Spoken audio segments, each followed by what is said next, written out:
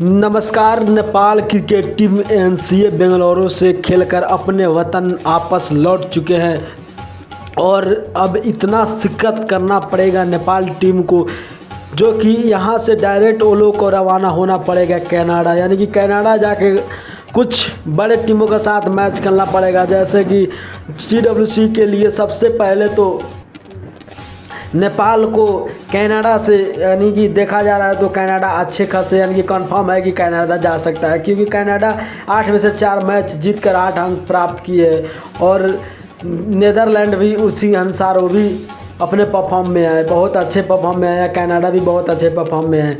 तो लग रहा है कि नेपाल को करीबन 4 मैच में से 4 को जीतना पड़ेगा, नहीं तो नामुमकिन हो जाएगा, क्योंकि 4 टीम में होने वाला है लड़ाई। कनाडा, नीदरलैंड और नेपाल और एक और, जो कि उस टीम में से जो टीम जीतेगा पहला नंबर पर आएगा वही टीम जा सकता है, यानी कि विश्व वर्ल्ड कप खेल सकता है। जो कि विश्व वर्ल्ड कप 2026 में होने वाला है। वो वर्ल्ड कप खेलने के लिए नेपाल को बहुत बड़ा शिकत करना पड़ेगा, क्योंकि नेपाल को देखा जा रहा है तो 4 में से सिर्फ 2 मैच, 3 में से सिर्फ 1 मैच जीते थे और 2 मैच हार गया था नेपाल। मगर कनाडा का बात करें तो कनाडा भी अच्छे खासे मैच जीते थे, जो कि कनाडा करीबन 8 मैच में से 4 मैच जीतकर 8 अंक प्राप्त किए थे, मगर नेपाल 2 अंक प्राप्त किए थे।